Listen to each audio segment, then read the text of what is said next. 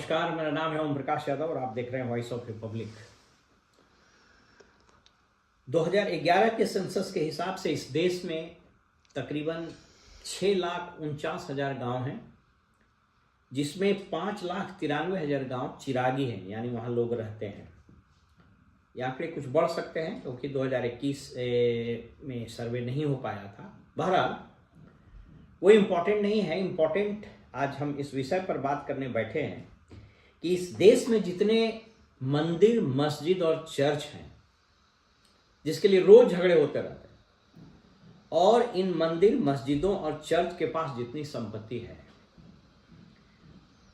अगर ये मंदिर, मस्जिद, चर्च इन गांवों को गोद ले लें, उसका इंफ्रास्ट्रक्चर, उसका हेल्थ केयर, उसका एजुकेशन, उसका सैनिटेशन, रोड कनेक्टिविटी आदि को एडॉप्ट कर ले, तो इस देश की तस्वीर और इस देश की तकदीर महज 1 साल में बदल जाएगी। जी हाँ,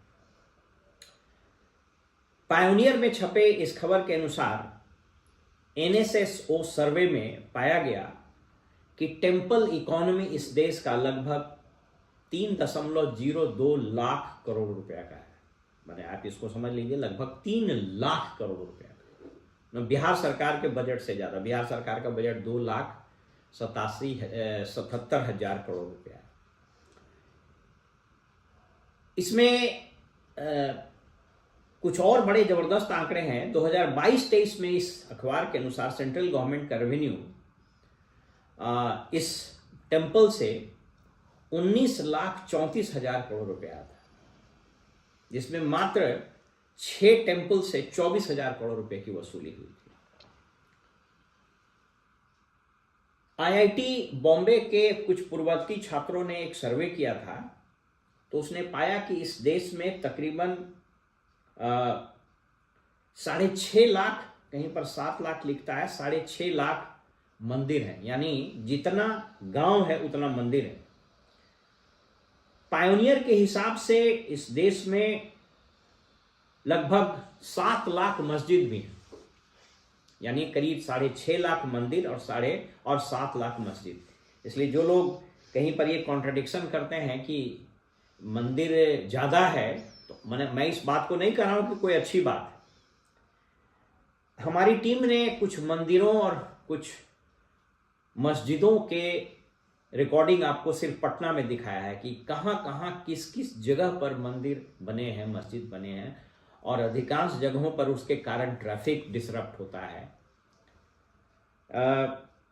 NHI के एक रिपोर्ट में एक बार प्रकाशित हुआ था कि एक 6 लेन रोड बनाने के क्रम में करीब 700 मंदिर और मस्जिद, मजार आदि बीच में आए थे, जिसको हटाने के लिए कई 1,000 करोड़ रुपए खर्च किए गए।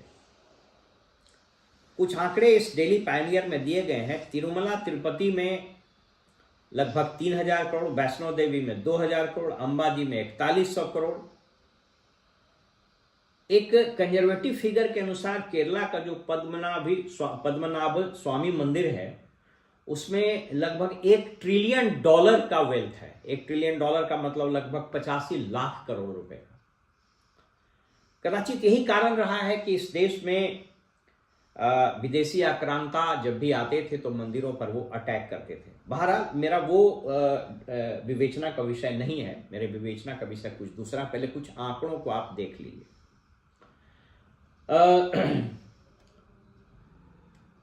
30 दिसंबर 2022 को चंद्रिमा बनर्जी का एक रिपोर्ट टाइम्स ऑफ इंडिया में पब्लिश हुआ था, और उन्होंने लिखा है कि यहां पर हर एक 1,000 बिल्डिंग में, इंडिया में 9 बिल्डिंग प्लेसेस ऑफ वर्शिप है। मतलब उसमें टेम्पल भी हो सकता है, उसमें मस्जिद भी हो सकता है, उसमें चर्च, गुरुद्वारा वगैरह भी हो सकता है। आप इस आंकड़े को जरा ध्यान से सुनिए। 1,000 बिल्डिंग में 9 प्लेसेस ऑफ वर्शिप है, 6 स्कूल है, मात्र 2 हॉस्पिटल है। अब इन आंकड़ों को अगर आपने देखा, थोड़ा सा आप ये समझिए कि ये जो वक्फ का मामला आ रहा है, वक्फ का को भी मैं आप दिखाने का प्रयास करता हूं। जो Waqf asset management system of India का वेबसाइट है, उसके हिसाब से वक्फ के पास लगभग 3,56,000 ये वक्फ के स्टेट्स हैं, जिसमें इसके बाद इमूवेबल प्रॉपर्टी ये 8,72,459, मूवेबल प्रॉपर्टी 16,713। एक हिंदुस्तान टाइम्स में छपे रिपोर्ट को देखिए, ये कहता है कि लगभग 9.4 यानी 9,40,000 एकड़ जमीन वक्फ के पास है। और ये आंकड़ा बड़ा दिलचस्प इसलिए भी हो जाता है कि इस देश में सबसे ज्यादा जमीन आर्मी के पास है, लगभग 10-10.5 लाख एकड़। उसके बाद रेलवे के पास है। तो रेलवे और आर्मी जो सरकारी संस्थान है, उसके बाद सबसे ज्यादा लैंडेड प्रॉपर्टी वक्फ का है। लगभग इसको आप मान लीजिए 9.5 लाख एकड़ का। इसकी कीमत लगभग 1,20,000 करोड़ रुपया होता है। यानी मंदिर, मस्जिद आदि के प्रॉपर्टी को अगर आप ऐड कर दीजिएगा तो आप हैरान रह जाइएगा कि इस देश में ये इसके कारण क्या स्थिति हो रही है। जैसा मैंने बताया कि लगभग 6.5 लाख मंदिर, 7 लाख मस्जिद और 35,000 चर्च है। यह पायनियर में जो छपा है रिपोर्ट, उसके अनुसार कुल मिला जुला करके हम ये बात करना चाह रहे हैं कि जितने रेवेन्यू विलेज हैं इस देश में, लगभग उतना ही मंदिर भी है और उतना ही मस्जिद भी है। अगर कंजर्वेटिव फिगर को भी पकड़ लिया जाए, मंदिर, मस्जिद, चर्च की प्रॉपर्टी के बारे में नहीं पता चल पाया है, गुरुद्वारा वगैरह के बारे में भी बहुत कंजर्वेटिव एस्टिमेट है। हालांकि एसोचैम ने एक रिपोर्ट इस पर पब्लिश की थी, उसके हिसाब से मंदिर के पास लगभग $1 ट्रिलियन यानी लगभग 85 लाख करोड़ की प्रॉपर्टी हो सकती है। हालांकि उसको बाद में क्रिटिसाइज किया गया, उसके मेथड अच्छे नहीं थे। बट अगर कंजर्वेटिव फिगर भी मान लें तो मोटे तौर पर 3 लाख करोड़ रुपया से ज्यादा का वेल्थ मंदिर, मस्जिद और चर्च के पास है। 3-3.5 लाख करोड़ रुपया और 7 लाख मात्र विलेज। जितना मंदिर, जितना मस्जिद, उतना ही रेवेन्यू विलेज। ऐसा नहीं है कि ये मंदिर, मस्जिद, गुरुद्वारे, चर्च सोशल ऑब्लिगेशंस नहीं पूरा करते हैं। बहुत सारी मंदिरें, पटना का अगर महावीर मंदिर को ही ले लीजिए तो स्कूल चलाती है, कैंसर हॉस्पिटल चलाती है। इसके अलावा भी और बहुत सारे मंदिर हैं। गुरुद्वारा में आप लंगर देखते होंगे और कुछ कार्यक्रम होते हैं। मस्जिद भी कुछ मदरसे चलाते हैं, आदि आदि। लेकिन इसका कोई संस्थागत, ठोस और प्रभावी इस्तेमाल नहीं होता। और यही मूल कारण है। वक्फ बिल पर जो अमेंडमेंट आया है, उसमें सारा जो फसाद हो रहा है। और मजेदार बात देखिए कि जब हम लोगों ने कुछ गरीब तबके के मुस्लिम समाज के लोगों से भी बात किया कि वक्फ बोर्ड की तरफ से क्या उनको कभी कोई मदद, इमदाद मिला है, तो इसकी संख्या लगभग नगण्य है।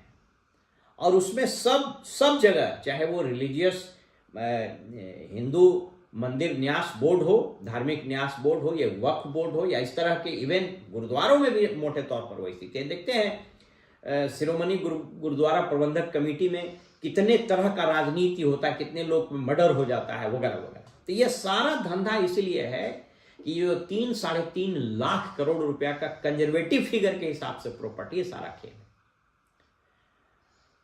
मेरा प्रश्न 2 लोगों से है। पहला, ये धर्म के दुकान चलाने वाले धार्मिक लोगों से, क्या आपसे यह नहीं पूछा जाना चाहिए कि अगर आप हिंदू समाज के हैं तो ये 6 लाख मंदिरों के पास जितना वेल्थ है, आप इन 7 लाख गांवों को, या अगर आपको लगता है तो जो हिंदू गांव है उसी को आप गोद ले करके उसमें health, education, sanitation, infrastructure, medical, इन चीज़ों को आप डेवलप कर दीजिए। जो मुस्लिम धर्मगुरु है और मुस्लिम समाज के बड़े बड़े ठेकेदार लोग हैं, क्या उनसे ये प्रश्न नहीं पूछा जाना चाहिए कि आपके पास जो ये कंजर्वेटिव फिगर के हिसाब से 1,20,000 करोड़ है, और ये जो लगभग 9.5 लाख एकड़ जमीन है, आप उन्हीं गांवों को गोद ले लीजिए जो मुस्लिम की आबादी के हैं, क्योंकि सारे पैरामीटर्स जो बता रहे हैं मुस्लिमों के बारे में, वो ये बता रहे हैं कि उनकी हालत बहुत खराब है, बड़ी गुर्बती में जी रहे हैं, और आप लोग अपना धंधा और अपना स्कूल चला रहे हैं। इस मायने में तो चर्च वगैरह की स्थिति कुछ ठीक है, गुरुद्वारा की भी स्थिति ठीक है, लेकिन फिर भी उनसे प्रश्न होना चाहिए कि जिस देश में 7 लाख मस्जिद, 7 लाख मंदिर और 7 लाख गांव है, अगर ये धर्म स्थल वास्तव में आम लोगों के लिए इस्तेमाल कर दिए जाते तो यह देश वापस फिर से सोने की चिड़िया हो सकता था। प्रश्न आ गया है कि इन चीजों पर विमर्श हो। आज हर विषय पर जनता जागरूक है, हर विषय पर बहस करती है, सोशल मीडिया, यूट्यूब, सारे चीज आ गए। इन चीजों पर बहस होनी चाहिए। ठीक है, राजनीति पर बहस हो, ठीक है, अलग अलग इश्यूज पर बहस हो, लेकिन ये विषय जनता से जुड़े हुए हैं, इस विषय को नेशनल डिबेट बनाया जाना चाहिए। और ये जो राजनीतिज्ञ हैं और ये जो धर्म गुरु हैं, धर्म के धंधेबाज लोग हैं, इनकी दुकान बंद होनी चाहिए। अगर ऐसा हुआ तो यह देश फिर से सोने की चिड़िया हो सकता है। फिलहाल इसी उम्मीद के सहारे मुझे विदा दीजिए। नमस्कार।